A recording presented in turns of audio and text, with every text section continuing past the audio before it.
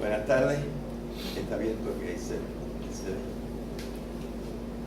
esta es la 10ª y supuestamente última charla oficial, aunque yo me he ofrecido para otros conversatorios u otros temas que ustedes digan, quizá no desde la próxima semana, porque tengo una serie de compromisos, pero al final podemos hablar para ver si quieren a ustedes alguna charla adicional para completar algún tema del interés de ustedes.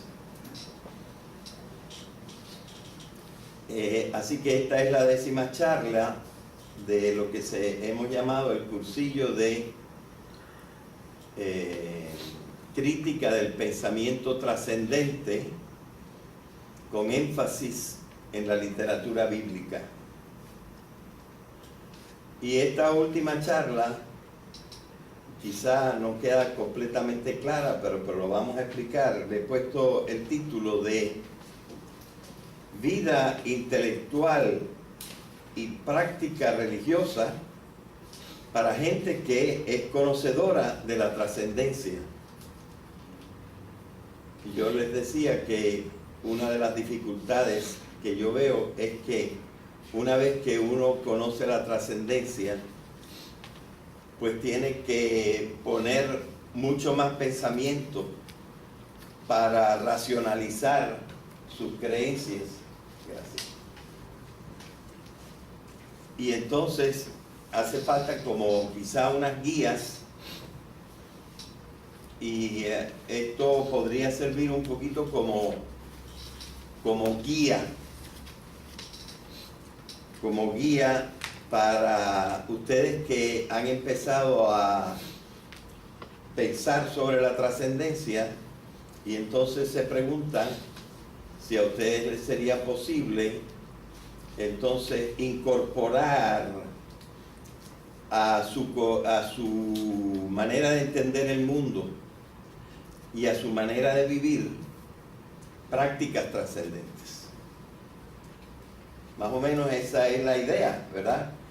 Que las personas puedan tener la opción, una vez que han descubierto que no es irracional pensar en un mundo que tenga una parte trascendente,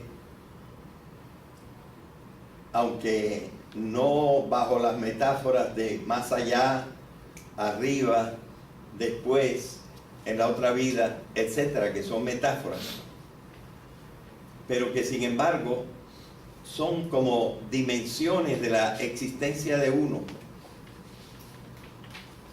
y que pueden hasta tener algunas consecuencias para lo que nosotros llamamos la inmortalidad.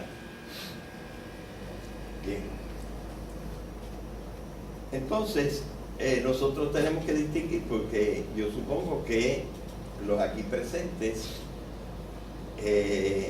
no todos están en la misma posición. Unos quizá están en una actitud de fe, otros están en una actitud de agnosticismo, y puede haber alguien que esté en otra actitud, que no vamos a decir cómo es, ¿verdad? Pudiera ser de diferentes matices. Pero evidentemente la trascendencia se practica o se conoce y se practica más cuando uno está en un mundo de fe que en otros casos. Yo no creo que sea imposible, y yo les di, por ejemplo,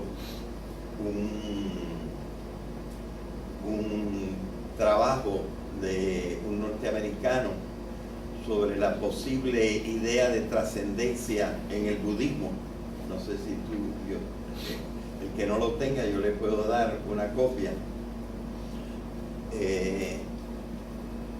Yo no le hice, porque no hemos tenido tiempo, la crítica a la manera de concebir la trascendencia en este artículo, pero creo que sería una manera válida de considerar la trascendencia, aunque yo no esté de acuerdo con todos los detalles de su manera de presentar la trascendencia. Pero sin embargo, yo creo que habría que empezar. ¿Qué puede hacer? Que no le va a ser fácil tampoco. El creyente, ¿qué puede hacer una vez que sabe que casi todo lo que está expresado en documentos religiosos, principalmente la Biblia, también los dogmas de las iglesias, son mayormente expresados en el pensamiento metafórico mítico? Y entonces esta persona tiene que estar como en una especie de proceso de traducción de lo que hasta ahora había comprendido hacia una forma que sea capaz de encontrar lo que hemos llamado en nuestro estudio el sentido oblicuo del pensamiento metafórico mítico, o luego que haya podido también tratar de traducirlo a lo racional por el uso de la analogía. Pero ya vemos que apenas nosotros hemos empezado a comprender el pensamiento análogo. Por eso es que yo digo que la persona creyente que haya asimilado este curso se puede encontrar en una situación un poco incómoda de ahora tener que hacer una serie de traducciones para quedarse conforme y tranquilo dentro de su fe. Por eso digo que primero vamos a explorarlo desde el aspecto de tener fe. ¿Qué puede hacer la persona que tiene fe?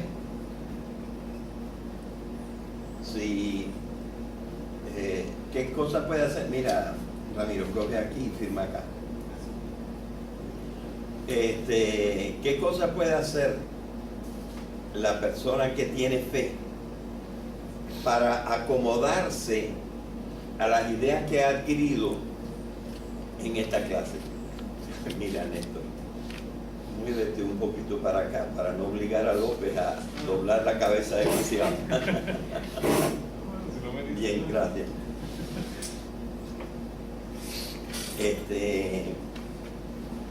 Así que, claro, si una persona actualmente, por ejemplo, no practica, pero ha tenido una educación religiosa, pues entonces se le puede hacer más fácil, se presume que le sería más fácil activar el fenómeno llamado fe.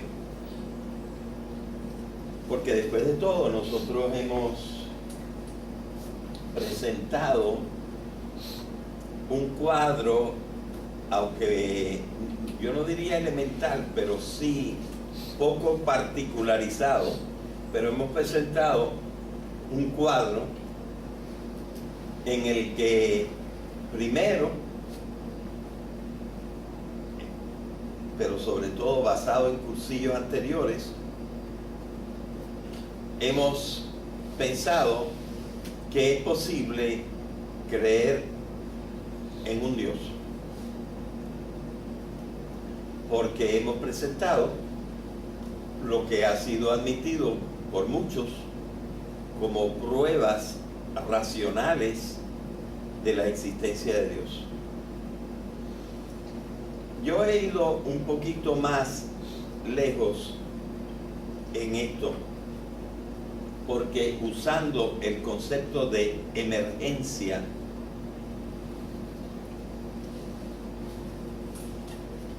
utilizando el concepto de emergencia, hemos visto que en esa realidad que está toda conectada, desde lo físico, a lo químico, a lo biológico, a lo psicológico, a lo ético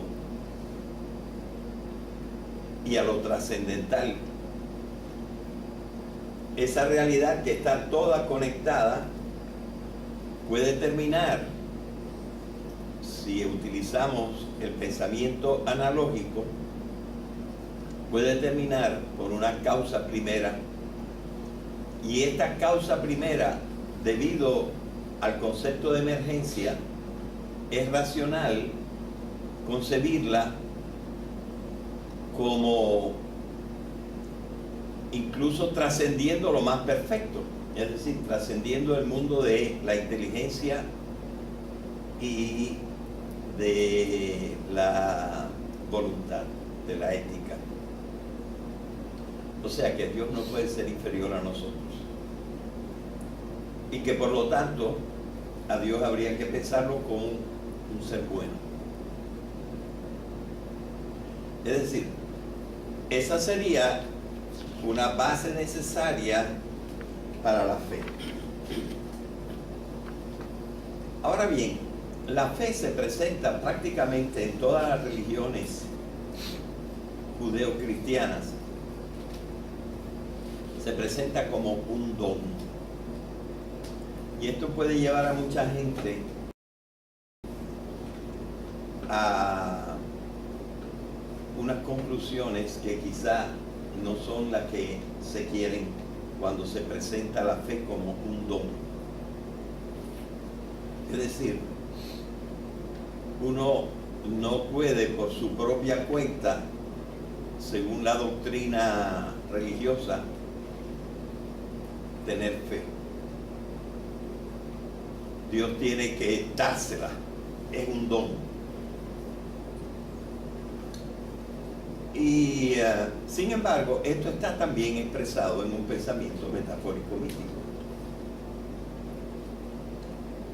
Y por lo menos podríamos sacar la conclusión que está subrayada ahí. Sí, será un don, pero el ofrecimiento de creer está siempre presente.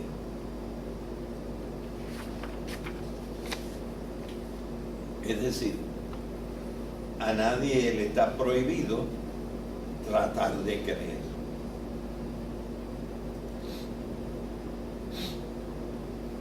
Entonces, ¿qué es lo que habría que creer?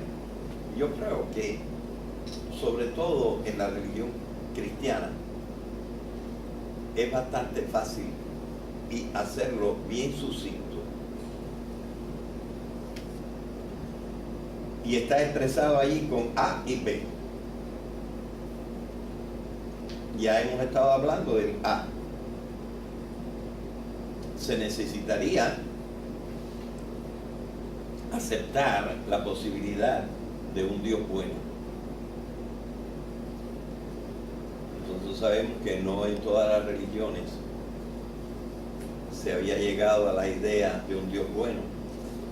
Basta ver la Ilíada para darse cuenta de que hay gente que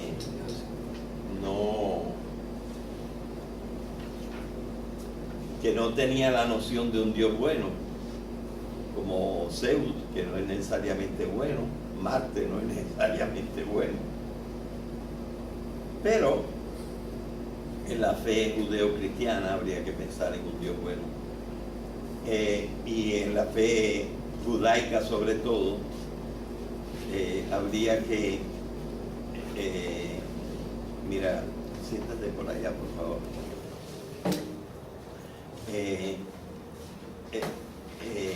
En la fe judaica habría todavía que hacer muchas transposiciones, porque ese Dios era más castigador que el carajo.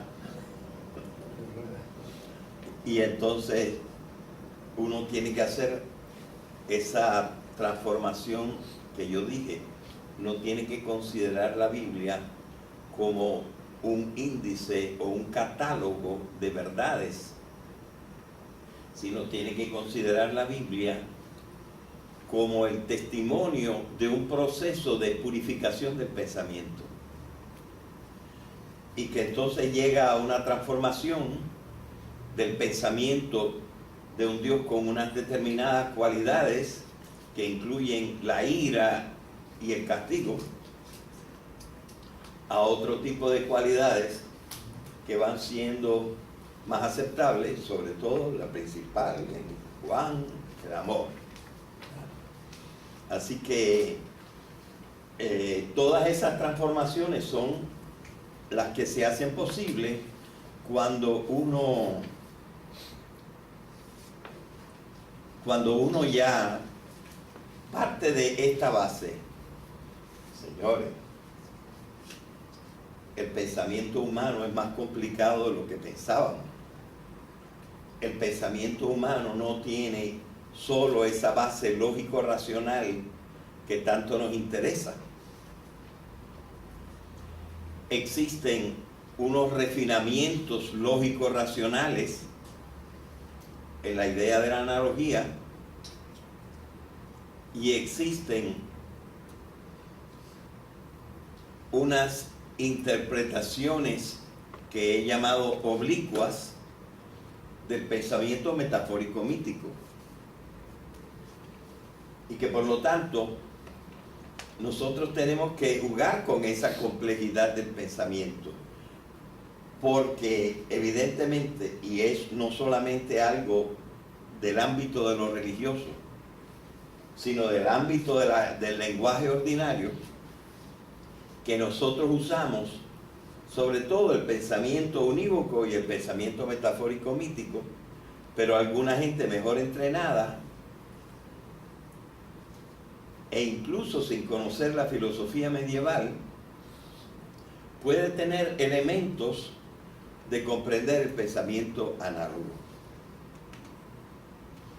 Así que nosotros sí creo que podríamos estar en ese sentido en una mejor posición, habiendo empezado a detectar las exigencias del pensamiento trascendente. Una de las primeras es, como sabemos, la de la por lo menos triple manifestación del pensamiento en formas diferentes, en donde el significante y los significados están en tres posiciones diferentes. No vamos a repetir esa parte, que está en la lección segunda, me parece. Bueno, así que lo primero es, sí, admitir un Dios bueno. Y en el cristianismo,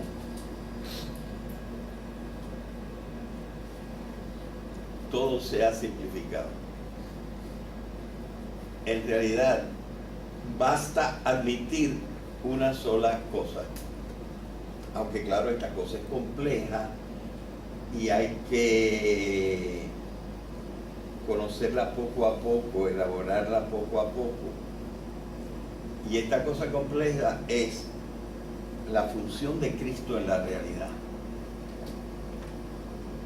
Una cosa que está expresado evidentemente en una forma metafórico-mítica, pero no falsa. Porque lo metafórico-mítico no tiene solamente una manera literal directa de comprenderse, sino tiene una forma oblicua, indirecta de comprenderse. Yo he explicado un poquito durante algunas de estas clases el acercamiento históricamente progresivo del concepto de logos con el concepto de Cristo. ¿Verdad? El logos, descubierto ya desde el tiempo de Aristóteles, por lo menos. Antes de Aristóteles, me parece que era Anaxímenes, que nos hablaba del nous Y recientemente leí algo precioso de la diferencia entre el logo y el logos y el nous. El logos es una explicación de la razón mirando hacia la multiplicidad y la diversidad.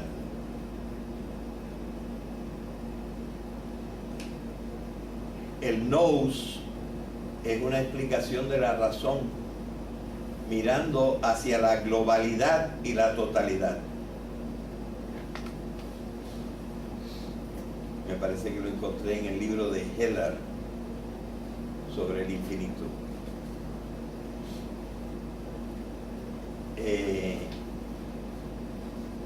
Y nosotros podríamos empezar a hacer algunos análisis en que se va aproximando el pensamiento de Anaxímenes, de Filón de Alejandría y de sus sucesores por la parte de los griegos, y cómo se va perfilando la idea de Cristo, primero a través de su propia palabra y su acción, pero luego a través de las interpretaciones, particularmente de Pablo y de Juan, sin excluir que algunas cosas están en otros, ¿verdad?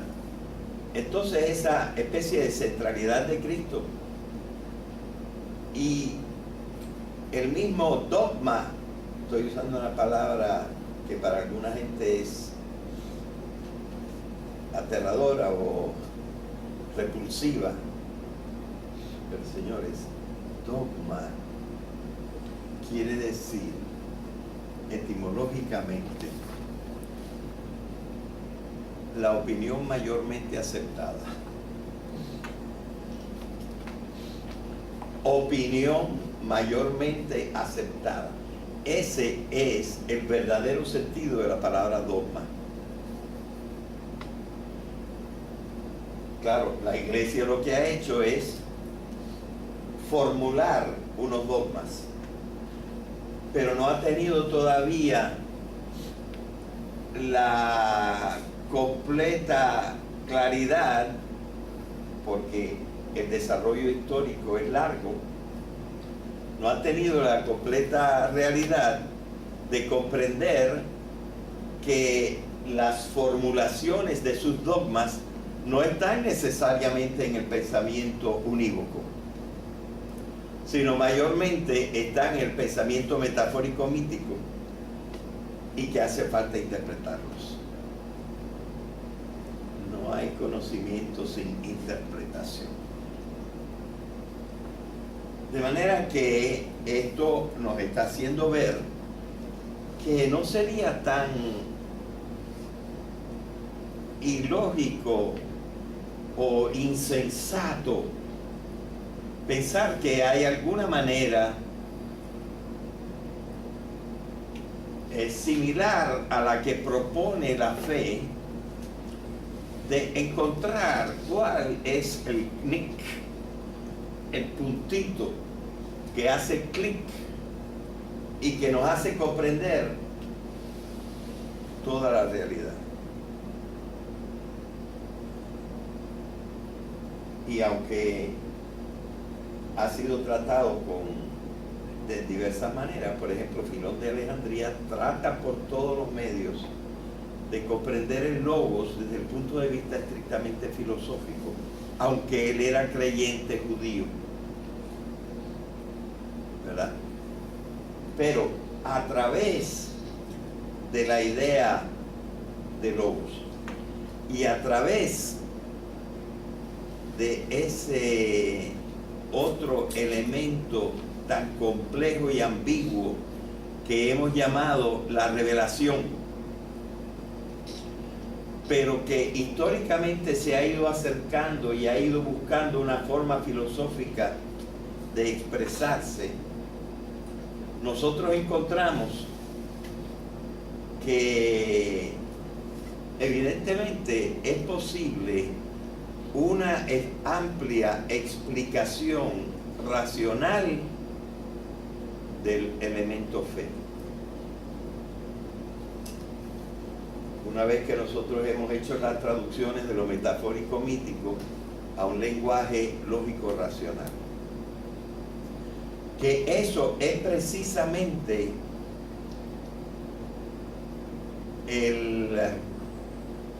¿cómo se dice eso? Se me ocurre la palabra italiana, el cómpito, es decir, ese es el propósito de la teología. La traducción de lo metafórico mítico por medio del pensamiento análogo y por medio del pensamiento unívoco a una explicación lógico-racional de la fe. Que se llegue, que no se llegue, pero eso es lo que se quiere con la teología. Mi opinión es que ha llegado parcialmente. Y mi esfuerzo es el de encontrar los medios para mejorar esa traducción. Y en parte lo que yo he querido hacer en este cursillo es dar las primeras indicaciones de cómo lograr una traducción al pensamiento lógico-racional completo de las enseñanzas que nosotros conocemos a través de la fe, a través de la fe, que es una expresión metafórico-mítica de ciertas cuestiones trascendentes. Y nosotros tratamos de convertirlo en expresiones lo más racionales posible. Bueno, así que por eso ustedes ven que no es imposible, pero es un proceso que exige que nosotros nos culturicemos. Es decir, la persona que ha empezado a descubrir que hay tres formas de pensamiento, por lo menos, y de que el fenómeno histórico al cual le hemos dado el nombre metafórico mítico de revelación puede tener algún significado, y que de hecho se ha ido integrando al pensamiento más lógico racional que ha desarrollado el ser humano, que me parece que es el pensamiento griego y su sucesión en el pensamiento científico y filosófico moderno. Pues que nos vamos acercando poco a poco a ese ideal de dar una justificación racional de lo que creemos. ¿Verdad? Así que no hay que creer. Ahora se me ocurre,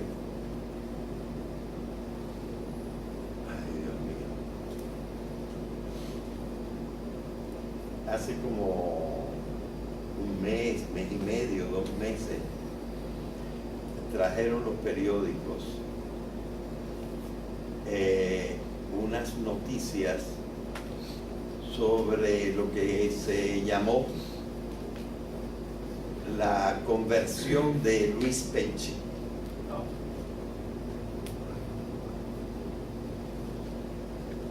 ¿Se puede? ¿Ah? Sí, el periodista. Y hizo algunas manifestaciones aquí en Ponce, caminando por toda la cantera a pie. No solamente a pie, descalzo, y haciendo las manifestaciones. Y podría ser un poco, ¿cómo pudiéramos decir?, de mal gusto, pero la idea central era esta: quiero imitar a Jesucristo.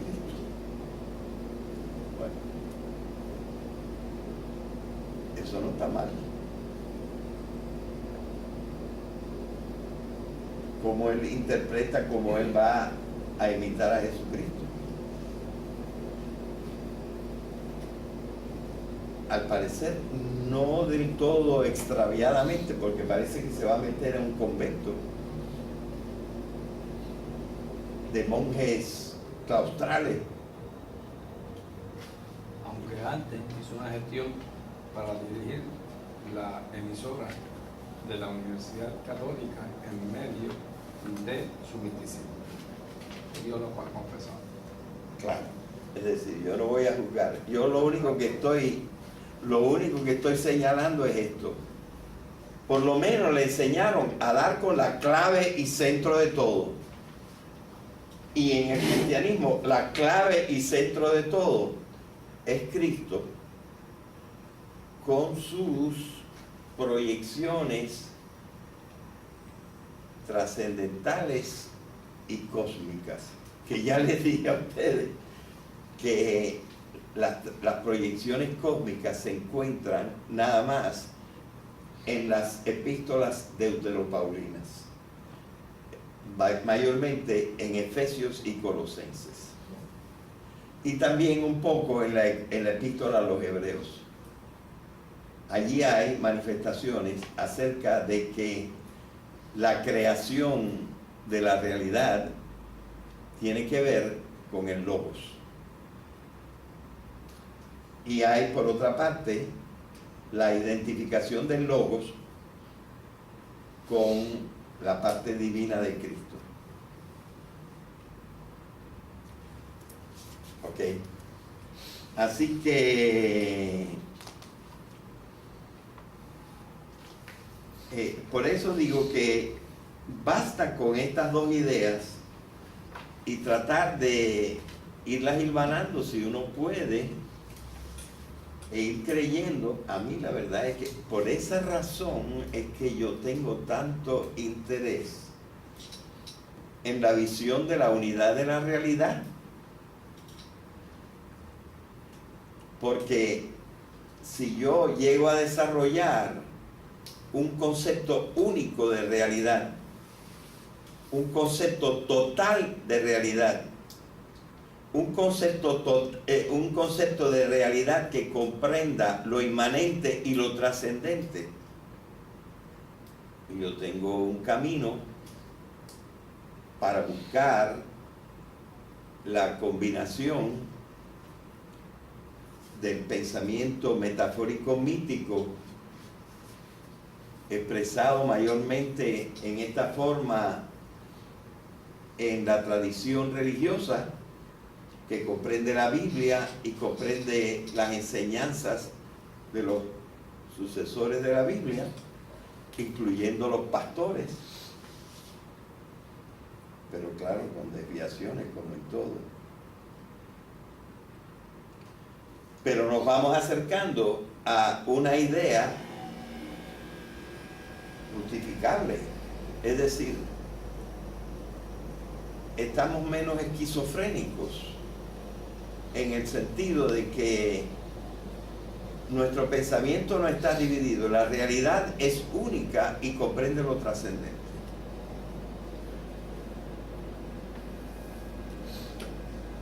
Sin confundir lo trascendente con lo inmanente. Y una de las cosas que no sé si he insistido bastante es lo siguiente.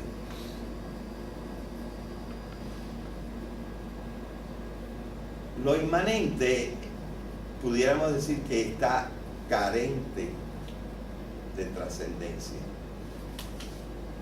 porque precisamente eso es lo que quiere decir inmanente. Se encuentra dentro de las leyes físicas de la naturaleza. Ese es el mundo de lo trascendente, de las leyes naturales. O sea, lo inmanente puede parecernos solo inmanente, pero lo trascendente, por definición, es algo que no necesito usar palabras metafórico-míticas, está más allá de lo inmanente. Pero no solamente está más allá de lo inmanente, porque si no, no sería solamente trascendente. Tiene que estar también más acá de lo inmanente. Que es lo que expresa San Agustín cuando dice: Dios es un ser más interior a nosotros que nosotros mismos, porque es la causa primera de nuestro ser. O sea que lo trascendente está también en lo inmanente, aunque lo inmanente no está en lo puramente trascendente. Perdóname, lo racional como real. No en el sentido idealista. No en el sentido idealista. En el sentido en que lo físico es ontológico. Es decir, no es solamente la idea de lo físico, que es lo que hace Hegel, ¿verdad? Y la que hacen todos los idealistas. Es decir, existe el mundo inmanente, es el mundo de lo que llamamos físico, pero quizá hemos aprendido a usar que la palabra físico quizá no alcanza y tendríamos que decir el mundo natural. Y antes, y Engels y Marx decían el mundo material.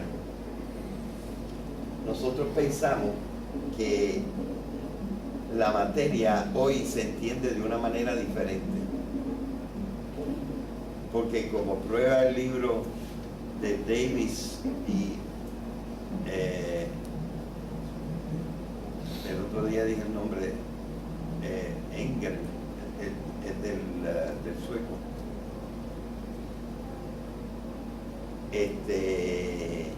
La información es parte de la materia, no es separada de la materia. Ese es el nuevo descubrimiento, porque la información es el orden y la materia necesita orden, el 1 y el 2.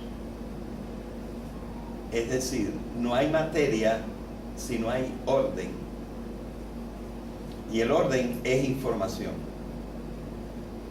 Luego, lo que hemos descubierto más modernamente es que no existen dos cosas, materia y forma, o materia y idea, sino que la materia incluye la información. Y entonces, esta materia que influye la información es emergente.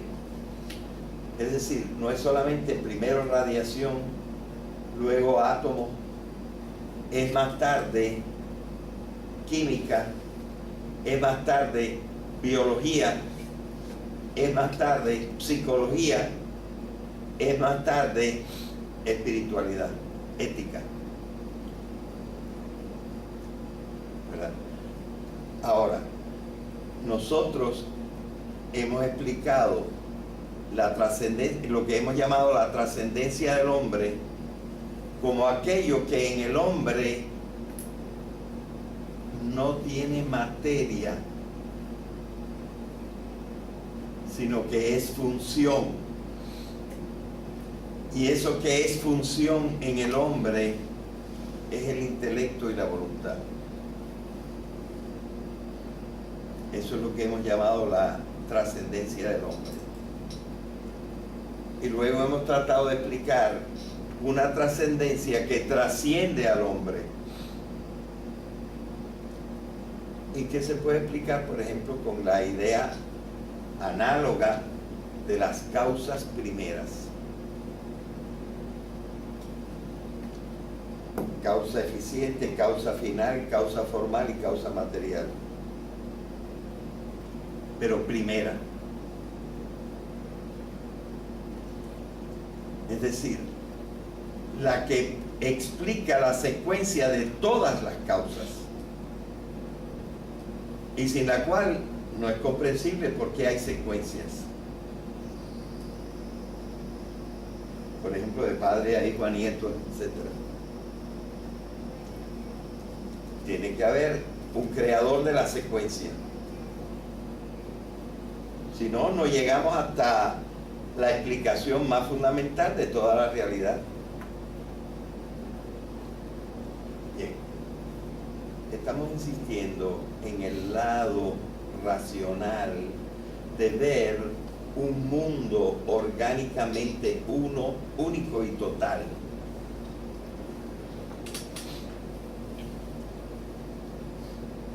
Y es la tendencia que tienen varias formas de pensamiento, y es lo que yo expongo en ese artículo mío, la visión de la unidad de la realidad, como vista por los diferentes grupos humanos, los científicos, los filósofos, los religiosos ordinarios y los teólogos.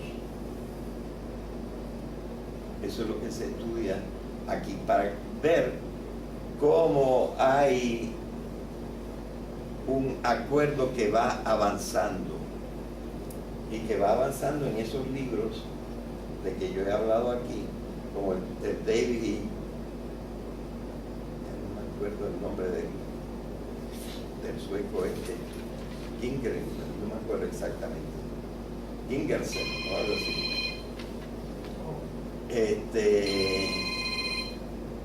El libro de Infinity de Heller, y otros libros de que hemos estado hablando que están tratando de integrar el concepto de lo real. Bien. Así que ese es un punto en que, por un lado, aquellos que conocen cierta tradición religiosa pueden usarla y pueden tratar de combinarla gracias al conocimiento de que existen varias formas de pensamiento con los conocimientos científicos y filosóficos que hemos también tratado de desarrollar en este curso, en este cursillo y en los anteriores.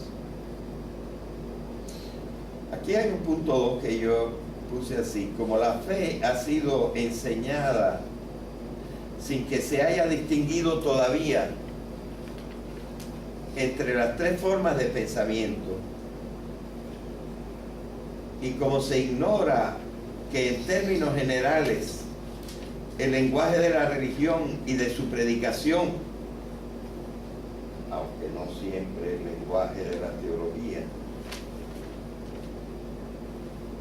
el que empieza a comprender la trascendencia tendrá que prever que debe enfrentarse a un proceso difícil de traducción, continuamente recurrir al sentido literal directo de las enseñanzas, en que viene, por ejemplo, la enseñanza religiosa en la Biblia y en las predicaciones de los sacerdotes o de otras personas, traducirlo del literal directo a las enseñanzas que pueda tener de sentido oblicuo.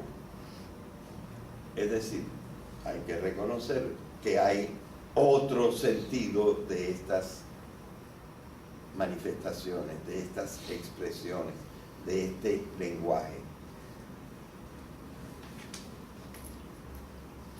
Ahora, este no es el mismo proceso que el de rechazar de plano el mensaje sin intentar una mejor intelección,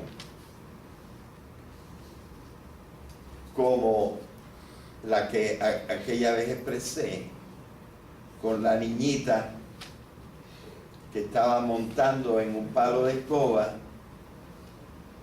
y a la cual yo le dije: oye, No seas boba, eso es un palo de escoba, no es un caballo.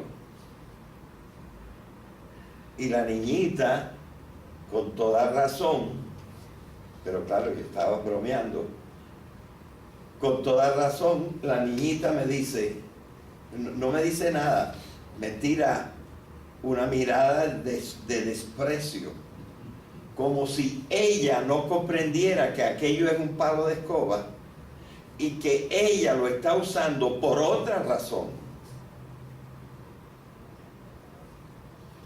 Así que es demasiado fácil la actitud de Dawkins, de Dennett, de Harris y de otra gente, que lo que hace que cuando destroza y hace pedacitos el sentido literal directo, ya cree que terminaron con la crítica de la religión, porque ignoran de la A a la P que existe otro pensamiento, otro sentido en el pensamiento oblicuo, en el pensamiento metafórico mítico, el sentido oblicuo. Así que no es lo mismo saber que no se puede aceptar el pensamiento literal, recto, que declarar que porque no se puede aceptar el pensamiento literal recto, no hay ningún sentido en las expresiones de genios de la humanidad.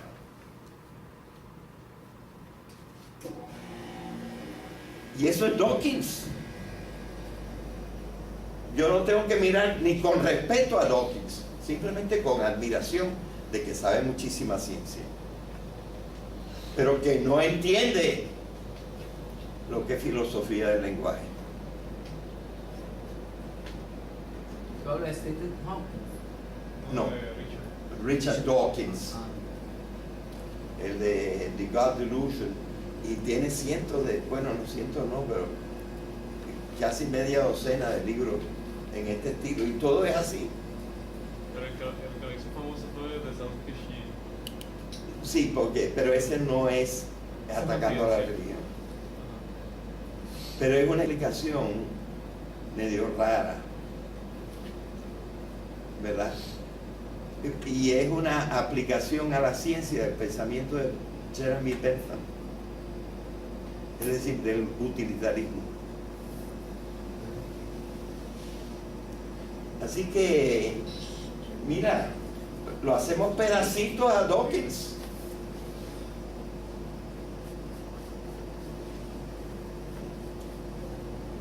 Es muy interesante de leer y se burla, porque es fácil burlarse del pensamiento literal, ¿verdad?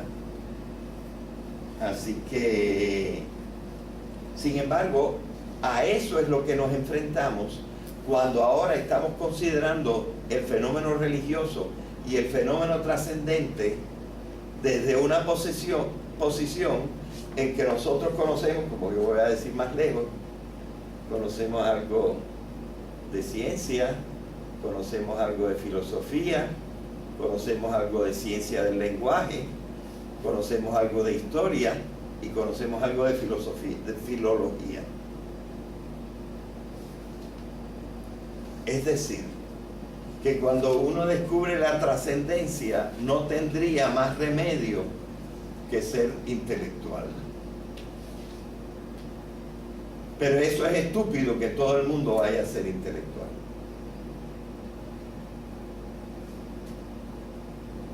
Entonces, ¿qué otros remedios hay?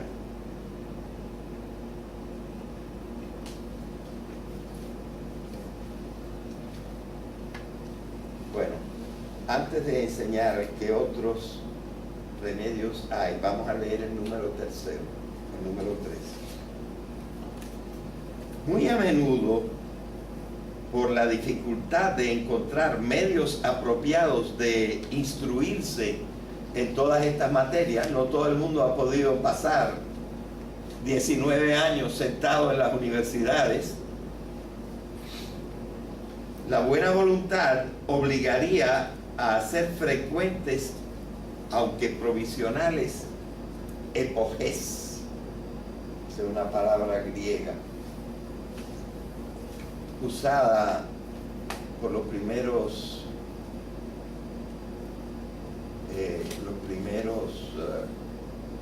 yo creo que están los estoicos y también los escépticos que hacen epoges. Me parece que uno de los primeros que hace es uno que se llama Proclo, aunque tiene un antecesor Proclo, pero Proclo es el primero que hace epoge. Él dice, ciertas cosas las tengo que dejar en suspenso, no me puedo decidir hasta que averigüe más. Esta sería una posición lógica, una posición razonable. Nadie conoce todo. En la filosofía moderna, el que habla de epoge es Edmund Husserl. Husserl con 2 S.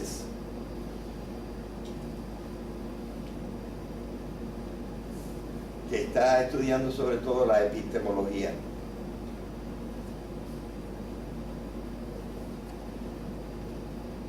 Así que, visto también que desde el ángulo de la fe, nosotros hemos dicho que la fe no excluye las dudas, pues la epoge es hasta un poquito menos que la duda. Es decir, de esto no sé bastante para poder todavía elaborar. Fíjense que lo que estamos tratando es ver cómo yo voy a tener una vida intelectual auténtica y quizá, si me da la gana, una práctica religiosa sana, si ya conozco algo de trascendencia. Se me hace a la vez más fácil y más difícil. Y exige pues una paciencia con uno mismo. ¿Ok? Pero ahora me gustaría desarrollar lo que tengo en los demás números, que es un descubrimiento que yo hice, pero lo hice en otros, en el estudio de otros, que otros han estudiado, combinándolo con algo que yo he estudiado también en el ángulo religioso. Y empiezo por este ángulo religioso.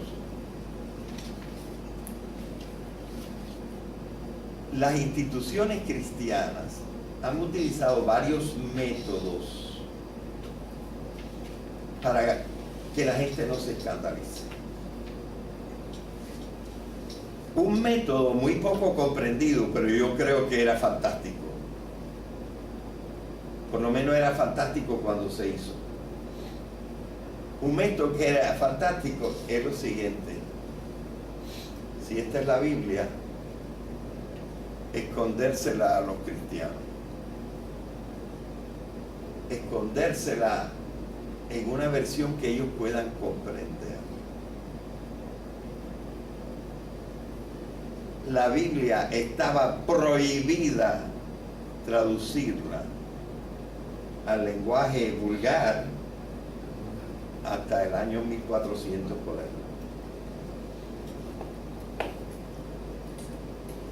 Y yo creo que era bien sano, sobre todo para la época.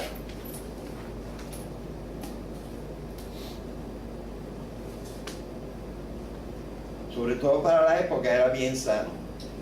La Biblia se explicaba en comunidad. Mira, comunidad, grupo.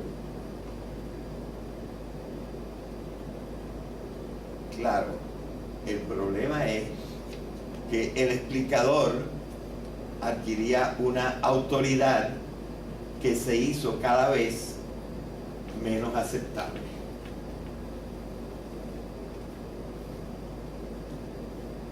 los predicadores decían, porque yo lo digo.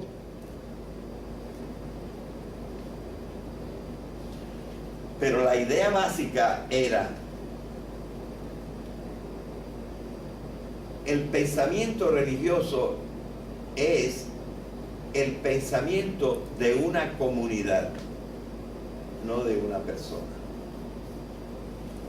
Y eso es el sentido verdadero del dogma. Mira, yo me imagino el dogma como un volcán que tiene en la mitad un gran cráter.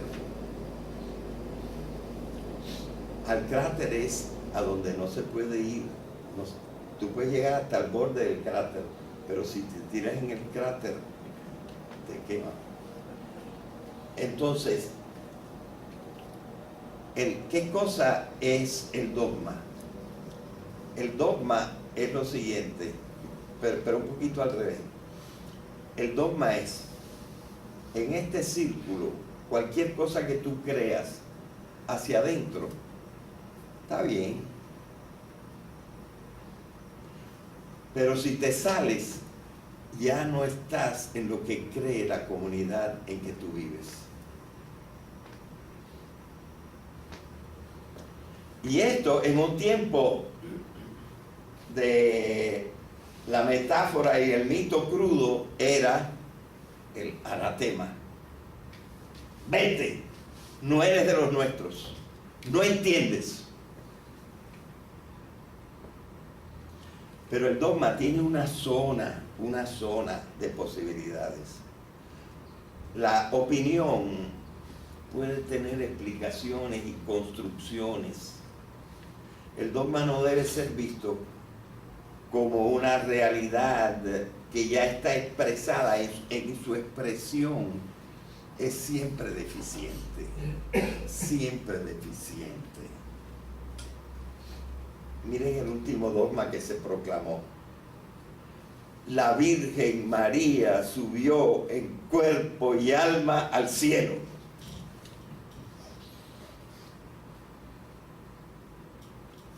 Miren qué lenguaje. ¿Dónde está el cielo? Era Virgen María. Subió.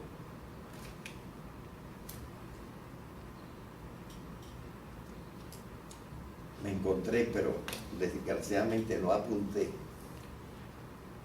como 7 u 8 pensamientos filosóficos en la Biblia que el editor de Infinity dice inaceptables. Las formulaciones nunca corresponden a la verdad. Se acercan cuando estamos en el pensamiento unívoco y en el pensamiento análogo. Pero también las palabras van cambiando históricamente. Y aquí es donde entra la filología. Uno tiene que saber qué significaba Theon, es decir, divino, en Aristóteles, que no es lo que significa hoy divino. Y si tú no tienes ese conocimiento, te confundes y, por ejemplo, como hacen muchos, rechazan la metafísica de Aristóteles porque incluye Theon. La filología te hace poder identificar el sentido histórico en un determinado momento de un determinado concepto.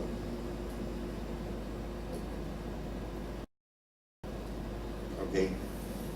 Así que las cosas se van complicando, ¿verdad? Entonces nosotros tenemos que las instituciones cristianas, primero esa idea, vamos a no leerles la Biblia, que no tengan la Biblia en su lengua para que no empiecen a sacar ideas falsas. Pero entonces llegó Lutero. Y Lutero tenía una buena razón para traducir la Biblia. La misma razón que tuvo Adam Smith para la acción económica individual. El renacimiento al que pertenece Lutero, y ya un poquito pasado Adam Smith, es el momento en que florece la individualidad del hombre.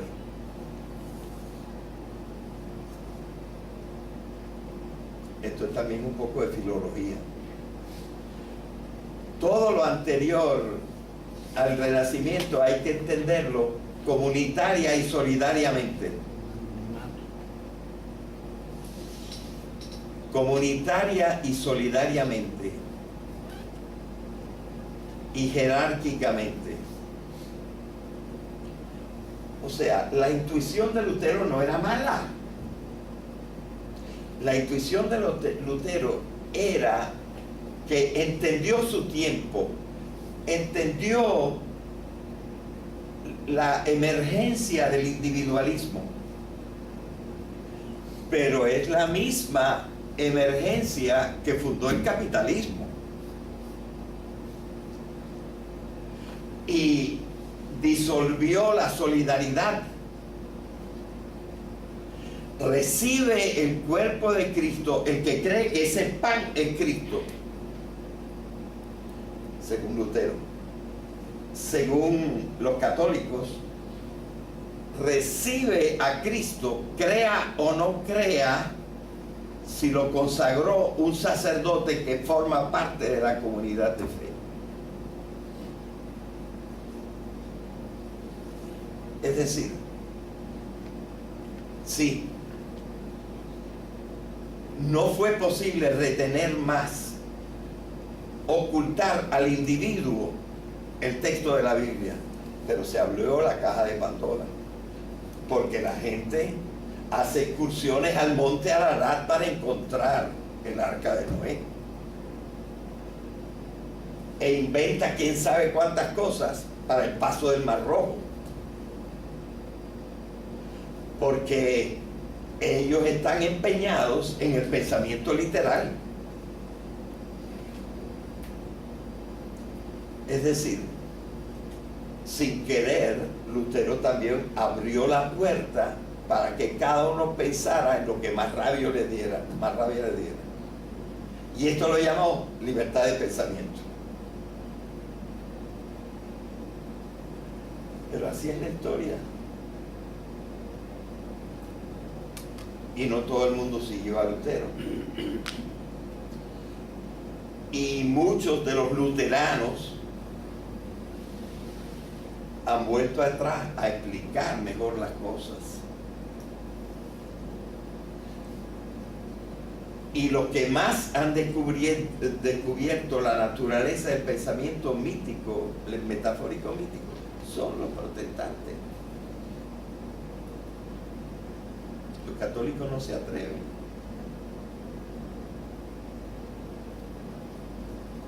¿Verdad? Así que este paso no dio resultado, ocultar la Biblia.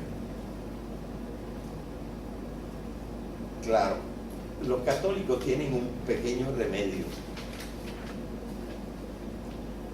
que dicen: Dios no nos habla solamente por la Biblia. Nos habla también por los santos padres, por todos aquellos genuinos que estudiaron verdaderamente profundamente y conocen y saben de la tradición y tienen una larga estela de insumos.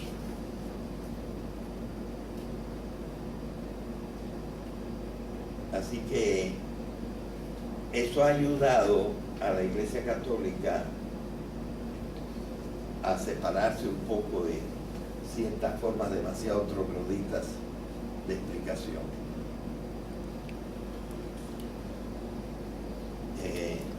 Bueno, eso para la cuestión de la revelación. Pero siempre la revelación será un cierto problema explicarla, ¿verdad? Ahora, claro que hay un acervo y hay unas personas cultas, más o menos. No todos los sacerdotes ni todos los pastores son cultos. Los hay que se las arreglan con un cursito de 6 meses. Los católicos se meten 7 años y salen malos.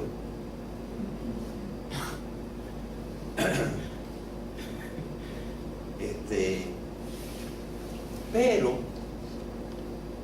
yo diría de un tiempo para acá, cada vez más, se ha hecho un estudio universitario en las facultades de teología, un método que se llama el método pastoral.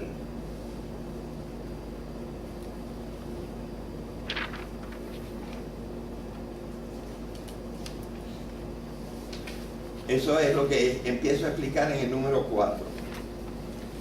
Las instituciones cristianas han desarrollado lo que han llamado una pastoral o una acción pastoral para la instrucción de las doctrinas de la fe. O sea, esto es ya una cosa bastante vieja. Vamos a decir 2 siglos. Pero recientemente, y para mí fue un descubrimiento maravilloso, el concepto de pastoral ha sido incorporado a los estudios científicos de lenguaje y literatura. Y aquí otra vez, lo que yo traté de explicar en la clase pasada, la convergencia progresiva de ciertas concepciones en que conceptos elaborados primero por la fe o por las religiones van coincidiendo con conceptos elaborados por la ciencia y la filosofía, ¿verdad? Eso ha pasado. Y ahora el concepto de pastoral no es ya solamente un concepto religioso. ¿Saben dónde yo lo aprendí? En el libro de un marxista. Este marxista se llama Terry Eagleton. Y el libro en que lo leí se llama, no sé si Literary Criticism o se llama Literary Theory. Lo tengo en casa, no lo encontré de momento. Él tiene unas páginas densísimas donde explica el concepto de pastoral. Pero allí descubrí, y entonces mandé a pedir, 2 libros de un gigante de lo que se llama el Literary Criticism. Uno anterior al que yo considero el máximo, que se llama Wilson. No me acuerdo el primer nombre de ese Wilson, hay tantos Wilson. Pero yo tengo también como 4 colecciones de los criticisms de Wilson. Pero este es anterior a Wilson. Se llama William Empson, por el año 1927. Y escribió Some Versions of Pastoral. Y para él pastoral es una forma de pensamiento literario.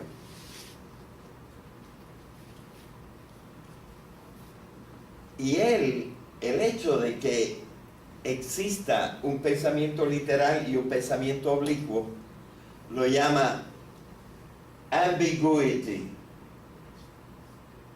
La misma expresión tiene dos sentidos.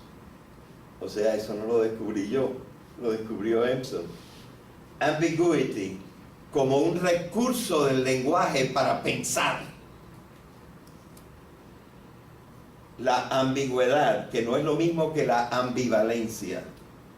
La ambivalencia para Empson es negativa.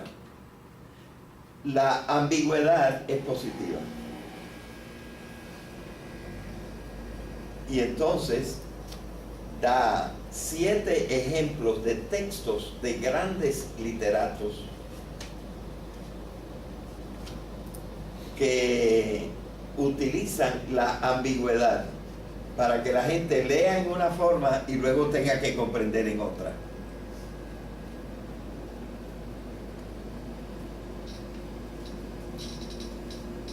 ¿Y de quién nos habla? De Milton, de Marvel, de Johnson, de Pope, de Hood. Es decir, no de cualquiera. Y aquí, en Pastoral, nos habla de Shakespeare y nos habla de Lewis Carroll y de otros, porque son 7. Es decir, finalmente se está estudiando en forma científico-literaria el fenómeno del lenguaje que se llama la ambigüedad y el doble sentido. ¿Verdad?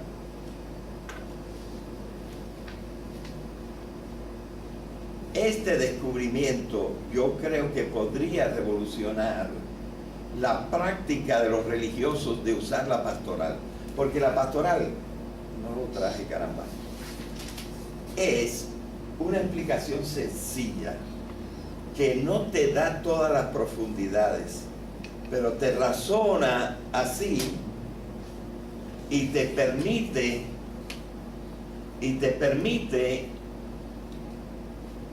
trasladar más o menos al lenguaje lógico racional lo que está en lenguaje metafórico místico.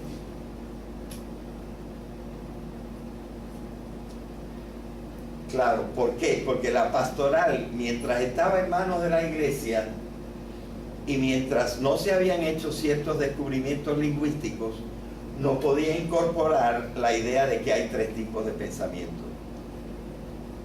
Y en algunos de mis cursos yo expliqué el gaffe o la gaffe, porque en francés la gaffe, o sea, la equivocación de Juan Pablo II, en un documento leído ante científicos sobre la evolución, que a mí me parece una gaffe horrible. Es porque Juan Pablo II, con todos los filósofos y todos los literatos que era él, no conocía las 3 formas de pensamiento.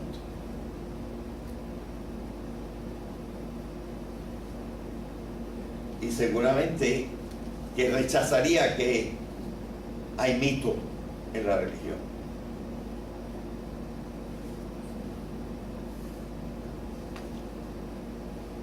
Así que el crítico literario William Empson estudió 7 formas de lenguaje pastoral y 7 formas de ambigüedad en textos no religiosos.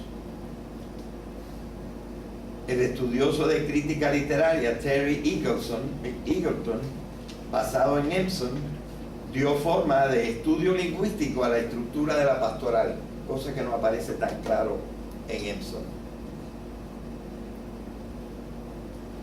Los estudios religiosos en general no han asimilado todavía estos conceptos. En varios libros, traje el más chiquito porque el otro es de este tamaño, me pesaba mucho.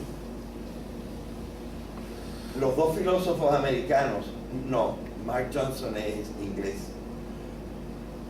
George Lakoff y Mark Johnson, hablan de las metáforas en la vida cotidiana y explican sencillamente la metáfora de arriba, abajo, más allá, esto y lo otro, entre ellas,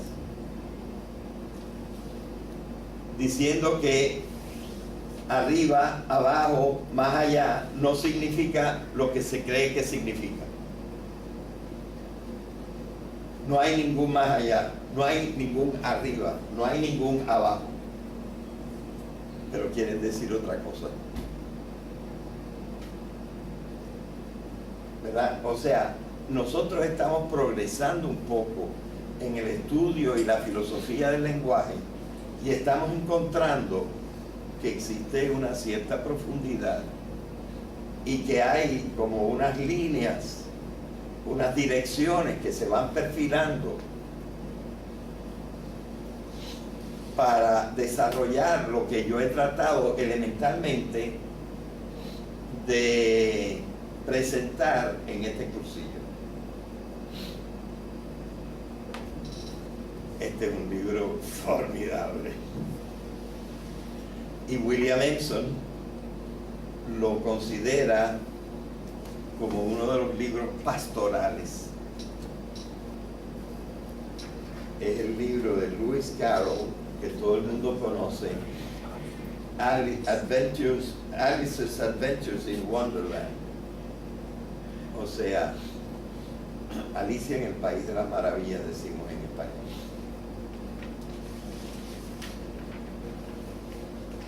Alice in Wonderland es en realidad una introducción a la lógica y una introducción al conocimiento de la física, sin decir una palabra de lógica y sin decir una palabra de física.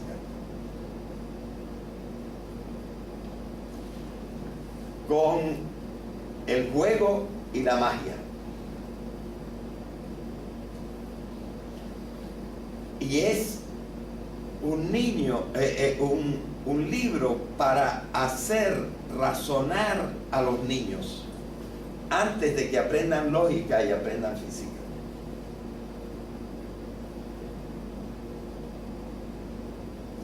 Y eso es pastoral.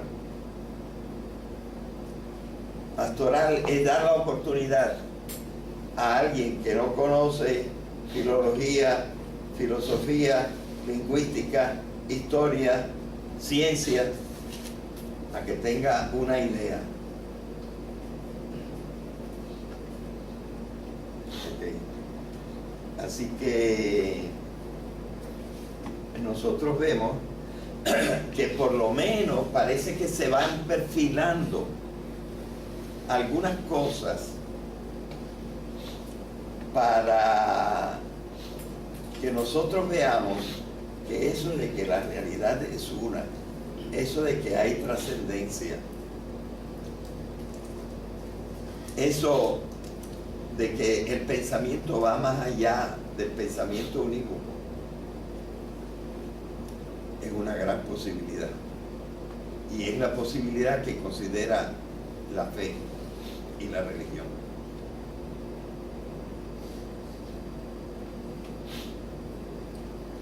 Así que yo diría que la pastoral, este es el número 5, es un esfuerzo que adopta varios métodos, porque este dice que hay 7 formas de ambigüedad, que la pastoral no es toda de la misma versión, sino que Shakespeare la usa en una forma, Lewis la usa en otra forma, y así sucesivamente. Así que la pastoral es un esfuerzo que adopta varios métodos para llevar a individuos alerta. Yo no digo individuos alertas, porque yo por su origen considero la palabra alerta un adverbio. Viene del italiano, alerta, es decir, el que está a la que se te cayó. Una persona alerta es una persona en guardia.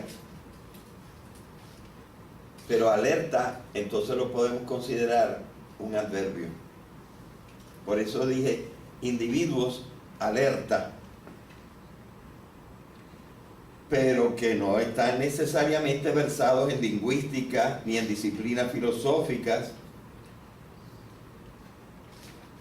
pero usando visiones lúdicas, el juego, el play.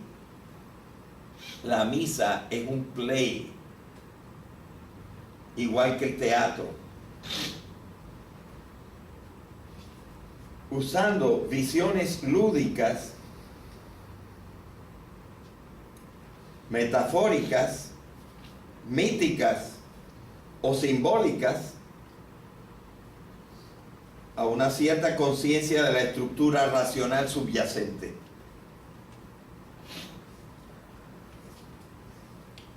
Y eso es lo que hace maravillosamente Lewis Carroll, por ejemplo.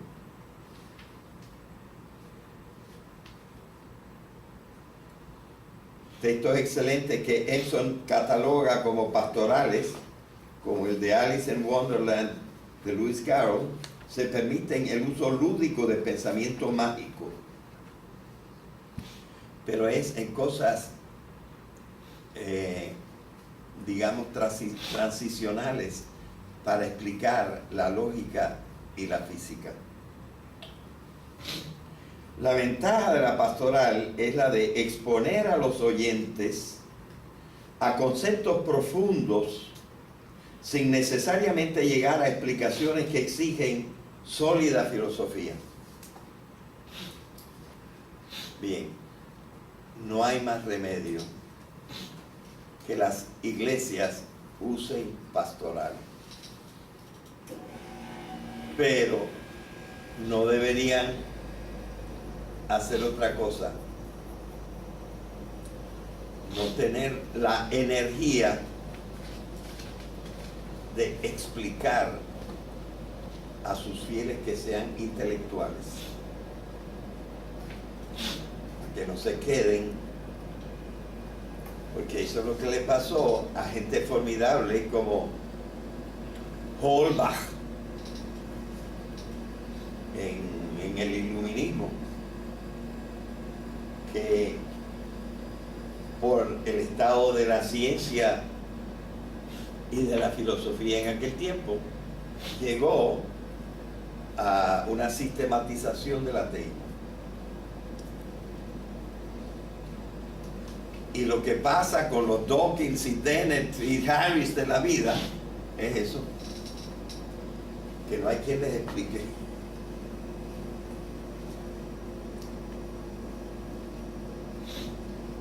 El principio del, creo que es el último artículo mío en Ceiba, trae un pasaje. El artículo es sobre la prueba de la existencia de Dios por medio de los conceptos cósmicos. Y la primera parte, que es la más entendible, habla de una encíclica de Pablo VI en que dice: caramba, y no habrá en la iglesia alguien que le explique a los ateos cómo llegar un poquito más lejos. Y el pasaje que yo cito dice: hay un cierto punto en que el científico se detiene y se queda ahí. Pero él no dice cuál es ese punto. Y ahora yo les digo que en este cursillo yo les he explicado cuál es el punto,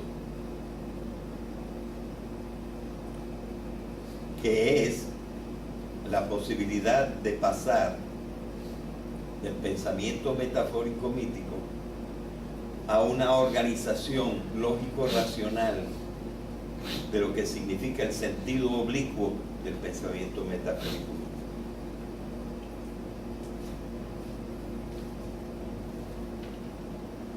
y que eso se logra a través del conocimiento del pensamiento análogo. Yo estoy convencido de eso. Estoy convencido de que esa es la nueva ruta que habrá de seguirse para lo que en otro artículo mío que yo llamo el conflicto de los saberes, explico que la humanidad está en un estado catastrófico en cuanto a la unidad de la verdad. Miren,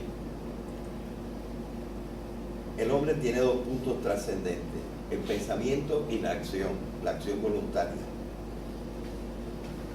Pero los dos son un poquito diferentes, porque la acción está muy bien que sea divergente,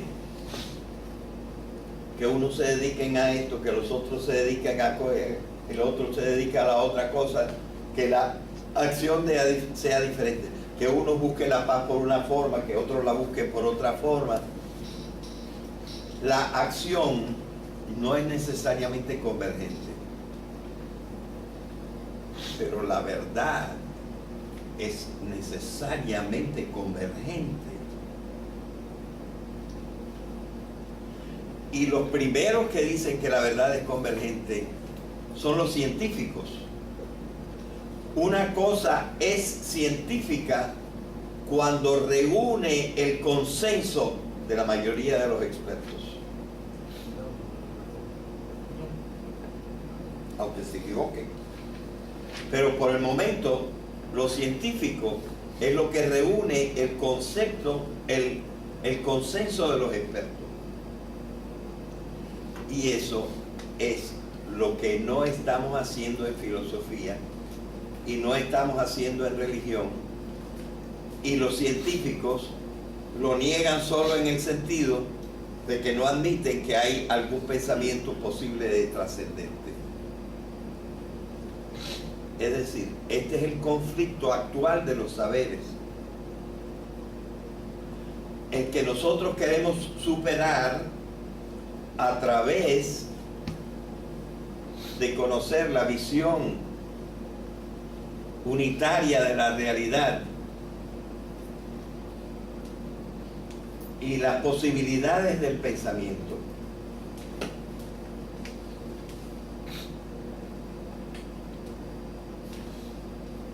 Bueno, les quisiera decir que el número 6 es muy importante y yo lo viví muy agradablemente en la mitad del siglo XX. Hubo un movimiento de renovación litúrgica, especialmente en Francia. Y como los maestros nuestros en Cuba eran franceses, llegó allá.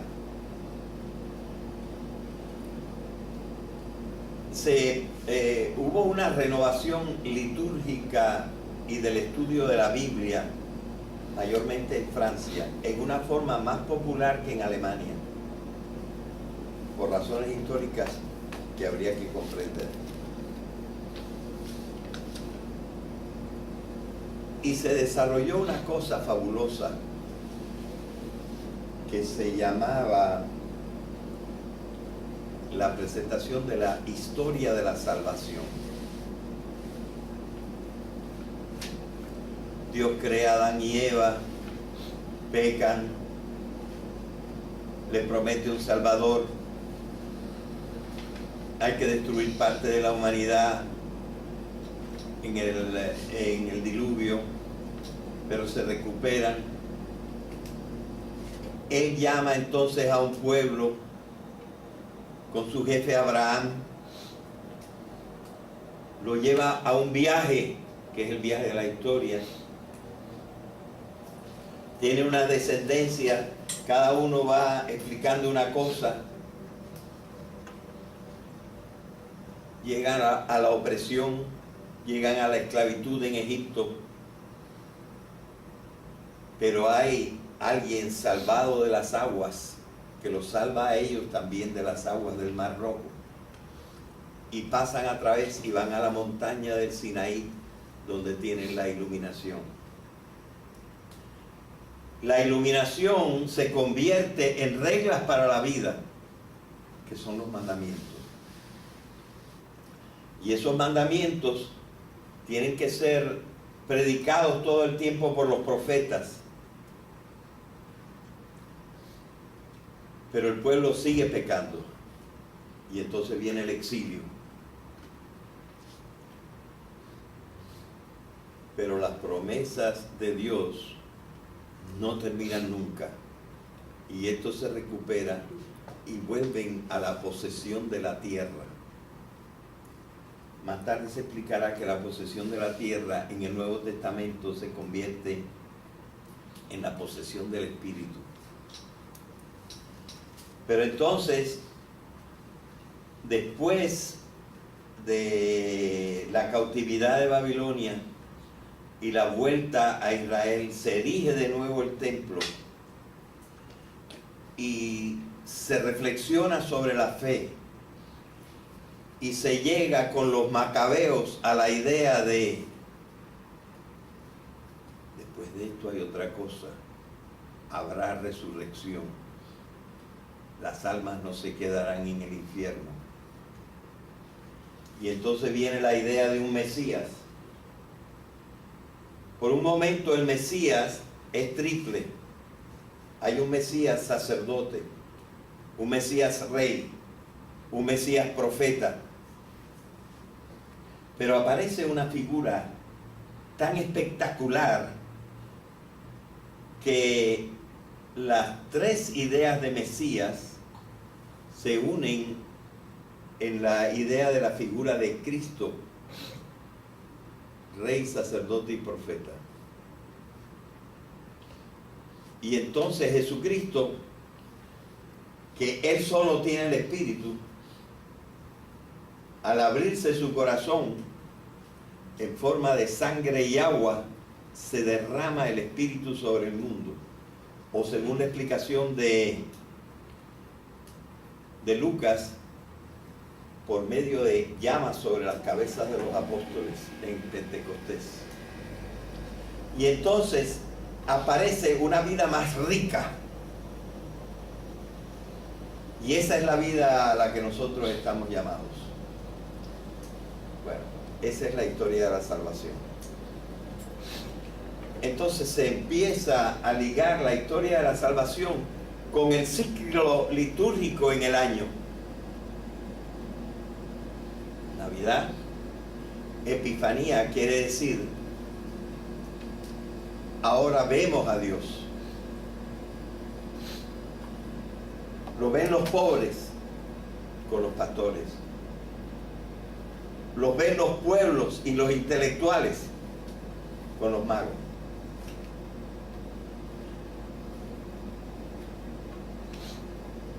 Hasta el mismo Cristo se somete a la epifanía de que lo reconozcan en el Jordán, cuando una voz dice, este es mi Hijo amado, sobre él viene el Espíritu. Pero luego viene la Cuaresma, prepararse como en el desierto por 40 años los judíos, pasando de nuevo por la experiencia de la revelación en Sinaí, pero también preparándose como Cristo 40 días en el desierto, tentado por el diablo. Esa es la Cuaresma. Y después de la Cuaresma, la resurrección, la pasión y la resurrección. Y la resurrección permite la explosión del Espíritu en el mundo. Casi parece Hegel, que lo copió de ahí. Esta es la historia de la salvación. ¿Cuál es el problema de la historia de la salvación? El problema de la historia de salvación es que está en lenguaje metafórico mítico. Pero ese es el problema. La ventaja de presentar la doctrina como la historia de la salvación es que te da una posibilidad de la frecuentación del mito, por lo cual te pasa lo que no le ha pasado a Dawkins, que no comprende el mito, que lo comprenden más los actores que trabajaron en Orfeo Negro y comprenden lo que es un trance, como lo comprenden casi todas las religiones africanas, y no lo cree un primitivismo, lo cree una expresión completamente humana, que tiene otras formas en el cristianismo, que llega hasta el misticismo y hasta la levitación y hasta 40 cosas, los estigmas.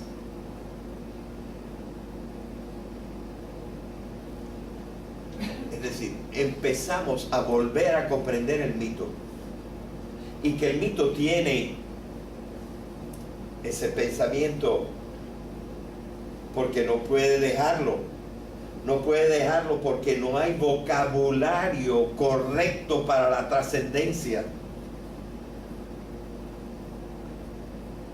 Y entonces tiene el sentido literal, pero tiene un sentido oblicuo, que gracias al pensamiento análogo puede ser reducido a un lenguaje lógico racional.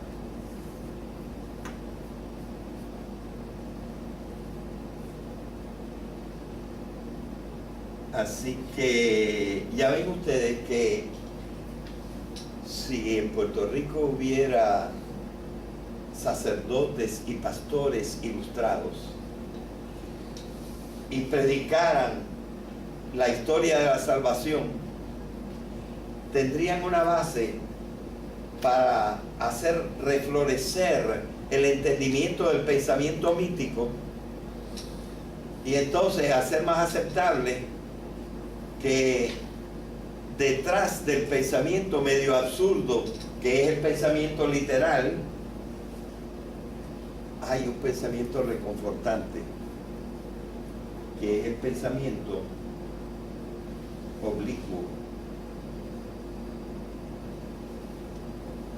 que es el verdadero sentido del mito. Porque el mito no puede ser, su verdad no puede ser expresada directamente. ¿Ok? Así que lo que siente, lo que yo he intentado en este curso es ir más allá de lo simplemente pastoral a un conocimiento de la naturaleza de lo trascendente que no tenga contradicciones lógicas. El cursillo es solamente un modesto esbozo de las líneas generales que marcarían la estructura de un curso ideal sobre el aspecto trascendental de la realidad. Tal curso no es todavía posible, a mi entender. Ese curso no existe. Lo que señalo particularmente en el mío, en este cursillito, al menos, es la naturaleza que al menos es triple, porque yo no digo que hay nada más 3 formas de pensamiento, son las que yo conozco. A lo mejor hay más. De las formas de pensamiento como herramienta para manejar formulaciones. Hay que distinguir las formulaciones de la verdad. Ninguna formulación puede apretar tanto las cosas que explique la verdad. Ni siquiera los bosones Werner Heisenberg dice, en el tiempo de la radiación, lo que hay es no realidades, hay posibilidades. Así que nosotros lo que tenemos es que progresar gracias a la historia, gracias al desarrollo del hombre, gracias a la emergencia del pensamiento del hombre. Nosotros tenemos que ir mejorando nuestras formulaciones y entendiendo nuestro propio pensamiento. Y el camino hacia posibilitar la construcción de este curso exige, evidentemente, un aumento en el dominio de la ciencia. Por lo tanto, nosotros tenemos que procurar que la ciencia siga creciendo. Evitar lo que dice Deutsch que está pasando en la filosofía después del iluminismo. Que sí, que hemos descubierto cosas fabulosas que nos van a llevar al development of infinity, pero que por otra parte también han aumentado los disparates en una manera increíble. Eso es lo que dice Deutsch. Léanse particularmente el capítulo 8 de Deutsch, que eso es lo que dice. Así que exige un aumento de la ciencia, de la filosofía, incluyendo la medieval, de la que nos hemos olvidado, porque la medieval es la que más ha desarrollado el pensamiento análogo. Y ahora, embriagado por la ciencia, que no puede utilizar el pensamiento análogo, sino solamente el pensamiento unívoco, embriagado por la ciencia, nos hemos olvidado de la posibilidad del pensamiento análogo. Así que con todo esto y con la lingüística y la historia, que incluye la historia de las palabras y la historia de las ideas, todo esto se armoniza ampliamente con el estudio de la filología. No es sensato esperar que amplios sectores de la humanidad utilicen este camino.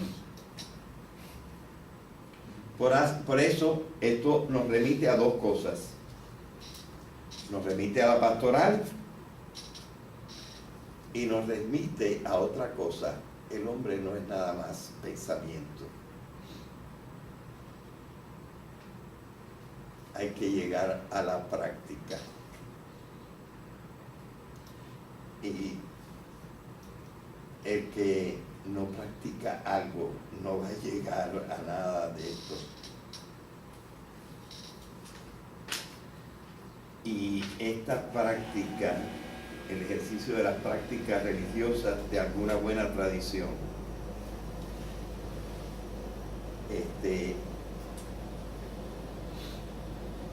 se me está escapando una idea que tenía ahora. Vamos a pasar por lo menos ahora a la 10. Sin llegar a la acción es casi imposible llegar a un cierto conocimiento y a una cierta experiencia de lo trascendente. Pero se me olvidó una cosa que fue la base en la primera lección. Señores, el deseo, el conato. El hombre está hecho para el conato, para la acción.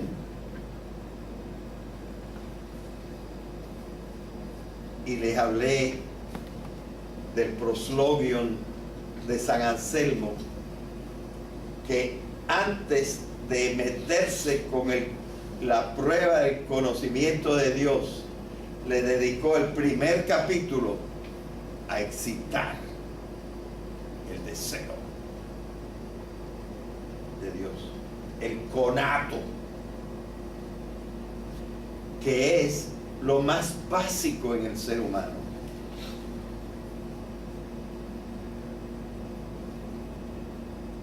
Y se me ocurrió añadir el número 11 habría incluso que trascender la motivación utilitaria del esfuerzo por acceder al conocimiento y a la acción trascendente. Es decir, nosotros sacamos un provecho de creer. Si nos podemos conformar y no creer que estamos siendo demasiado estúpidos o ilógicos. Y el provecho es ciertamente este: la paz.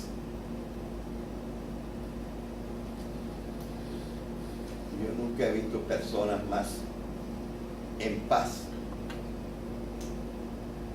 que el cardenal Sünens, que Teresa de Calcuta,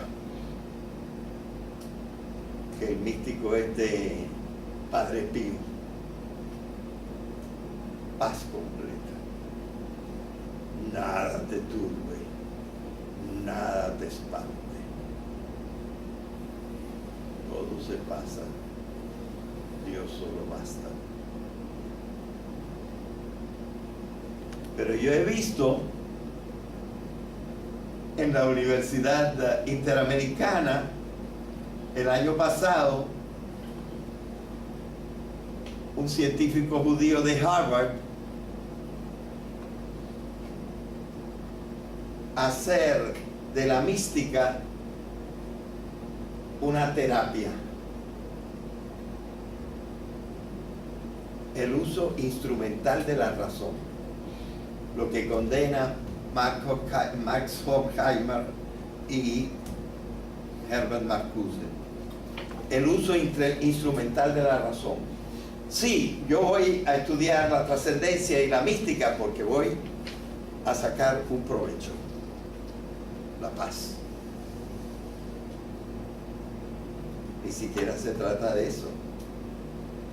Se trata de ser coherente con la realidad. Punto final del cursillo.